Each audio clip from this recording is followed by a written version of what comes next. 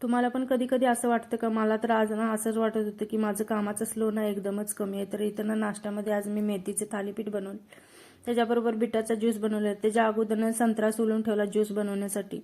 तर नाश्ता वगैरे झाल्यानंतर ना तनिष दुपारी शाळेतून आल्यानंतर त्याला पोहे बनवलेले, कारण एकदा भाजी चपाती खाल्ला ना तो अजिबात भाजी चपाती खातच नाही. तर त्याला पोहे आणि संत्र्याचा ज्यूस बनवून दिला. त्याच्यानंतर एक नाही मला इथं तूप काढायचं होतं, तर मी 8-10 दिवसाचं शाई एक डब्यामध्ये भरून ठेवलेली. तर मिक्सरच्या भांड्यामध्येच काढते, एकदम पटकन होऊन जातं. आता गरमी आहे ना त्याच्यामुळे तर लवकरच होतं. तर एकदम छान असं फिरवून घेतलं मी मिक्सरच्या भांड्यामध्ये.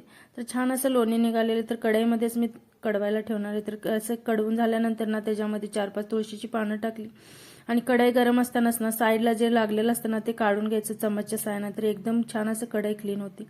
त्याच्यानंतर सगळी भांडी क्लीन करून घेतली आणि भांडी जोपर्यंत होत नाहीत आणि किचन क्लीन होत नाही ना तोपर्यंत मन शांतच होत नाही. तर तुम्हाला कसा वाटला मिनी ब्लॉग? आवडला असेल तर लाईक शेअर